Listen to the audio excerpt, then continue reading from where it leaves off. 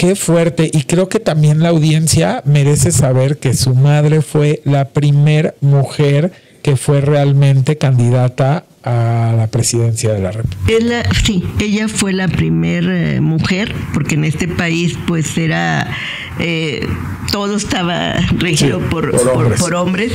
Y en 1982 le propone un partido, el PRT, que era un partido de orígenes trotskistas, le propone, ella no militó nunca en ningún partido, ella era activista ella se dedicaba de lleno a la lucha, pero le proponen que sea una candidatura pues externa, ¿verdad? Y que sea candidata a la presidencia de la República. Ellos también pues les iba a beneficiar, porque gracias a ello adquirieron su registro por la votación que obtuvo mi madre. Pero lo discutimos en la familia, en el comité, si convenía o no, y vimos que sí convenía.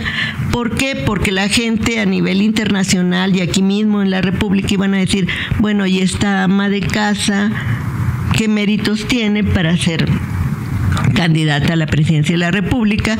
Y pues ahí sí va a salir, bueno, es la madre de un desaparecido. En México se desaparece a la gente. Claro, toda la razón de ser. Sí, y por qué se quiere visibilizar esta lucha, dar a conocer esta situación. Y eso le generó muchos votos, yo me imagino, mucha empatía, exactamente, fraternidad. Sí. Y de ahí obtienen el registro. Obtienen el registro el partido, y mi madre pues da a conocer su lucha a nivel internacional, porque pues nunca había sucedido que una mujer fuera candidata a la presidencia de la República, y porque era una lucha muy difícil, porque pues en otros países eran las dictaduras declaradas y aquí era esa democracia, pues era como un grito de libertad, ¿no? Como de que realmente aquí era un país más avanzado, porque al momento en el que vieras una candidata que es mujer en esos años, pues era como de, ay, México está revolucionando, ¿no? Pero o sea, luego ya se sabía la razón de ser o del porqué. El porqué, y que sabíamos que obviamente, siendo optimistas, que sacara que la sacó, muy buena votación, pero que ganara, pues tampoco la iban a dejar. No, es que no eran abusados, eran abusivos. Así es, porque realmente fue como lo de traer de alguna manera exiliados. Era una simulación para tener el pretexto perfecto, como de que en México pues todo está marchando muy distinto a como marchan en sus dictaduras, ¿no? Exacto, y sí, y qué bueno que se trajeron exiliados, o sea, lo vemos como algo bueno, pero qué confusión crearon, porque creo que lo dijo muy bien, ¿no? O sea, de alguna manera candil de la calle, oscuridad de la casa, o sea, haber hecho tanto por los demás, pero adentro de tu propio territorio, hacer justamente cosas terribles, todo lo contrario. Terribles, o sea, espantosas. Y entonces, bueno, se da esto, luchamos durante mucho tiempo, pues, pero pues era el partido de Estado, el PRI, y luego el partido del mal llamado cambio, porque no hubo un cambio, hubo nada más. Sí. Nada más cambiaron los zapatos por las botas, ¿no? Exactamente. Sí. Y denigrar incluso la figura presidencial.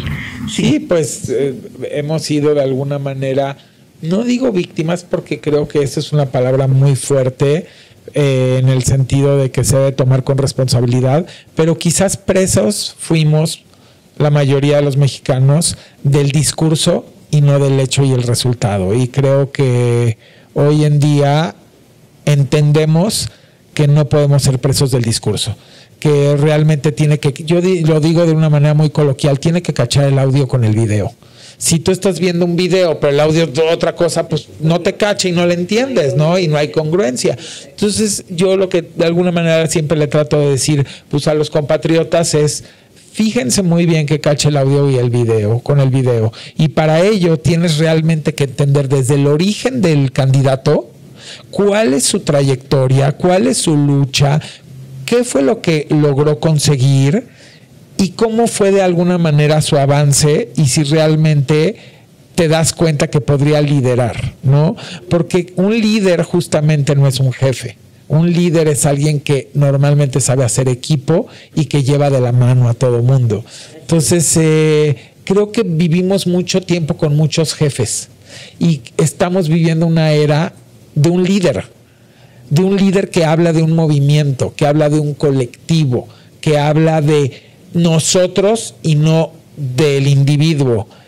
Y yo creo que tenemos precisamente eso, que fue lo que hizo el movimiento de familiares de desaparecidos, el saber que nadie iba a hacer nada por nosotros y que cada quien, o sea, tomara esa bandera de lucha y no solo la propia, porque sí, de todos, o sea, porque fue un compromiso que se hizo entre los familiares de decir, si yo me muero, o sea, tú te vas a hacer cargo. Y si tú te mueres, yo voy a luchar por tu hijo, por tu hermano. Y se dan cuenta lo que lograron, porque en la actualidad de todas las décadas pasadas en esta era más moderna, sabemos de muchas madres buscadoras que las mataron, porque es un hecho. Y que es un contexto. Ahora yo digo que en la época de nosotros, o sea, era menos complicado entender, ¿sí? Porque sabíamos que las personas que se llevaban presas, que las desaparecían o que había ejecuciones extrajudiciales, sabíamos que quien reprimía era el Estado.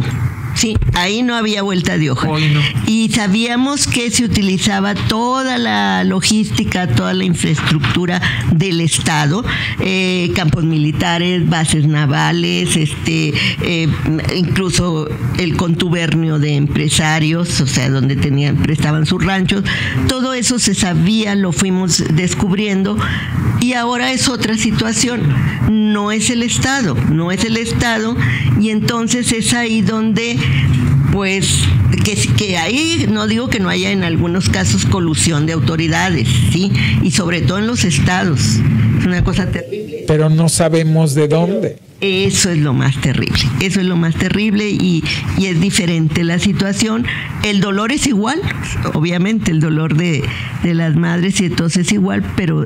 Y la incertidumbre se convierte a lo mejor en mayor al no saber por dónde empezar a buscar, ¿no? Exacto, y hacia dónde canalizar esa reclamo de justicia también. Sí. Y la desesperación.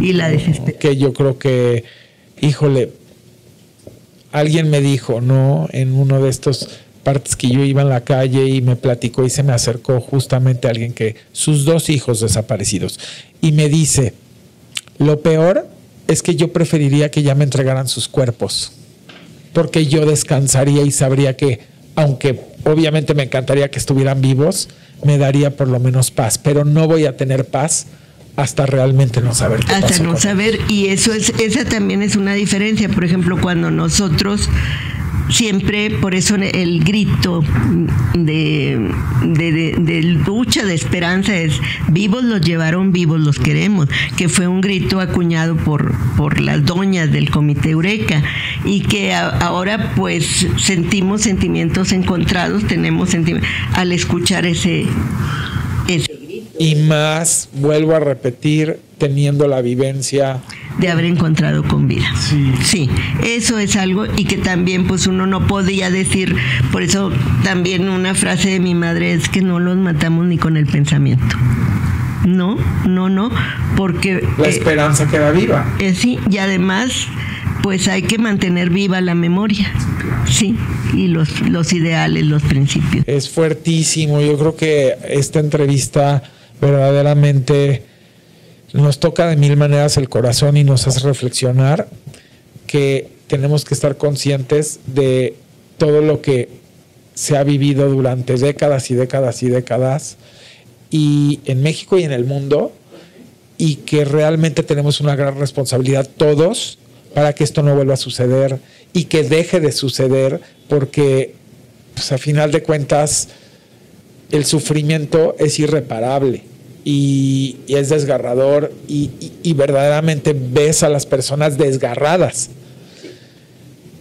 y por más que las quieras abrazar o por más que quisieras dar una palabra de consuelo, no existen, porque su consuelo real es volverlos a ver con vida, y eso es algo muy duro, ¿no? Porque a veces no lo entendemos porque no lo estamos viviendo. Y lo digo en general, ¿no? O sea, la gente que tiene la fortuna de tener a todo mundo completo, ¿no? Y creo que tenemos que empezar a tener mucha más sensibilidad y empatía para entender lo duro que es esta situación. Entender y aparte hacer, como bien lo dice, todas aquellas acciones, todas aquellas cuestiones para que esto no vuelva a suceder. Y en eso estamos trabajando aquí en la CNDH también. O sea, en las cuestiones de garantías de que no se vuelvan a violentar los derechos humanos, a estar vigilantes de que la tortura realmente no vuelva a ocurrir cuando alguien es detenido, el que no existan las ejecuciones extrajudiciales. Todo esto es en lo que se está trabajando. ¿Y cómo se va a revertir esto? Pues no solo con leyes, sino también con educación, porque las cosas no se cambian por decreto, se cambian porque la conciencia de los seres humanos cambia, ¿sí? El romper esquemas, el romper estructuras mentales a las que a veces, no, pues es que siempre ha sido así. No, pues el hecho de que algo siempre haya sido así no quiere decir que sea correcto, hay que cambiarlo. Hace 5 años hice un video, ahorita lo estoy recordando. Sí, es como 5 años. Y era un video donde le hablaba a los delincuentes. Fíjese qué fuerte. Fue un video que se viralizó. Y les decía, ¿te has puesto a pensar que tú tienes mamá, tienes hijos, tienes hijas, tienes padres, tienes vecinos, tienes familia, tienes gente que amas? Y que un día de estos ellos también pueden caer en manos de alguien como tú. Creo que es bien importante el también mandar un mensaje a todas esas personas que están faltos de conciencia. Y no es una justificación, porque por supuesto que hacerle daño al prójimo no tiene justificación. Pero es tratar de decir, ¿qué pasa contigo? No te das cuenta de lo que estás haciendo, no te das cuenta que estás destruyendo la vida de alguien, pero también de toda una familia y posiblemente de todo un entorno de esa persona. Yo la verdad es de que creo que es lo que más me toca, porque tenemos mucho que hacer ahí. Y lo digo en general, no nada más con el tema de las desapariciones, con el tema de todo lo que estamos viviendo. Y quién mejor que usted, que lo sabe muy bien estando en esta Comisión Nacional de Derechos Humanos, y que tenemos que reparar el tejido social sí o sí. Así es. Si no lo hacemos pronto. No, esto no cambia. Tiene que repararse el tejido social, crear las condiciones para que todos los seres humanos, porque detrás de toda persona, de cual sea su condición, su origen, lo que haya hecho, está un ser humano. Y ese ser humano, pues, tiene que rescatar esa esencia humana, ¿sí? Y ser empático con sus congéneres, ¿sí? Eso es lo que tenemos que rescatar, pero para eso no se logra nada más con discursos bonitos. No, se logra creando las condiciones necesarias para que vivan dignamente las personas, y eso, al recuperar ellos su dignidad, pues son capaces también de portarse dignamente. Claro, porque ni siquiera tienen la conciencia de que son indignos. Exactamente. Entonces no puedes recuperar algo cuando tú no te estás dando cuenta ni siquiera de, o sea, el que lo ve los toros desde la barrera puede decir eso es indigno, pero el que lo realice y viene de un entorno de tejido social roto, de una familia rota, yo le llamo infancias rotas, adolescencias rotas, y si no se resuelven, se vuelven adultos rotos. Entonces, ¿qué tenemos que hacer como humanidad? Y yo lo digo esto a nivel global. ¿Qué tenemos que hacer esto como humanidad para realmente ayudar a que el tejido social sea sano desde el inicio? Porque una parte es la recuperación y otra es el origen, que hay que trabajar paralelamente. ¿Por qué? Porque los que están llegando ahorita al mundo podrían empezar a crecer en entornos donde el tejido social fuera más sano.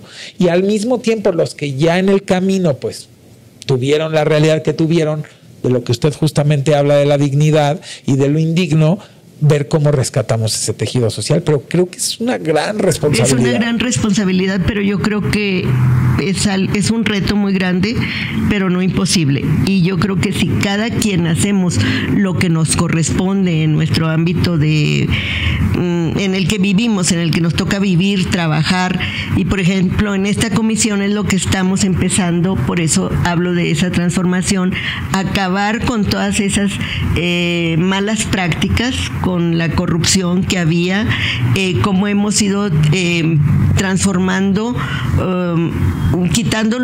bajando los salarios, porque eso es algo que también desde que llegué, lo que hicimos los altos mandos fue bajarnos los salarios. O sea, había élites también igual y todo como funcionaba en muchos lados. Personas que lo que dice la Constitución, que nadie debe de ganar más que el presidente. Bueno, inmediatamente lo aplicamos.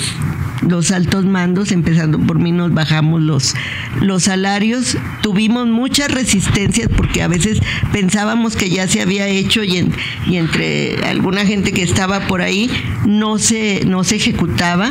Se publicaban cosas diferentes. O sea, no aplicaban la austeridad republicana. La empezamos a aplicar, pero ya se aplicó. Ya los altos mandos ganamos menos y la gente... Pero cuando usted llegó, ¿era un caos o ya estaba aplicada? Oye, no, era un caos, porque por ejemplo nos encontramos aquí con que un funcionario de aquí de la CNDH tenía varios automóviles, podían tener los altos mandos varios automóviles, teléfonos satelitales, sí, ¿para qué? O sea, todo un dispendio tremendo. Computadoras, en fin, se tenía aquí en la presidencia una chef privada y donde se tenía un comedor nada más para presidencia. O sea, nada más. Entonces dijimos, ¿pero cómo? Eso, con ese presupuesto que se daba de comer. Contratamos visitadores y mil cosas. No, se convirtió, ese comedor se empezó a dar de comer a 60 personas. Con lo que se gastaba en un mes para una persona, se pudo alimentar a 60 personas. ¿Sí? Que se ha tenido que cambiar todo de una manera... ¿Y encontró resistencia? Claro que sí, y ataques mediáticos, y hasta sufrí la toma de Cuba. ¿Por qué? En el centro, ¿por qué? Porque precisamente hacia allá se trasladó la cocina. ¿Por qué me trasladé hacia allá? Porque este edificio sí está muy bonito, está bien, pero es muy accesible para muchas personas. Entonces estaba aquel edificio y dije, bueno, ahí pueden llegar en metro, pueden llegar a pie, pueden llegar en camión, en taxi, en lo que sea. Pero no, o sea, todo esto no querían que cambiara. Era un edificio colonial, era porque lo dejaron terrible, lo vandalizaron. ¿Y cuál era el objetivo? Al final de cuentas, ¿cuál fue el objetivo? Porque engañaron a víctimas que se metieron junto con ocupas, con la gente que tomó, pero al final de cuentas las víctimas se dan cuenta y se salen porque no están utilizando. ¿Y cuál era el objetivo? Quemar expedientes. Quemaron expedientes. Pero por supuesto que eran grupos de choque que estaban, pues obviamente ya instruidos con algún tipo de... Bueno, lo que vemos también en el golpismo blando, ¿no?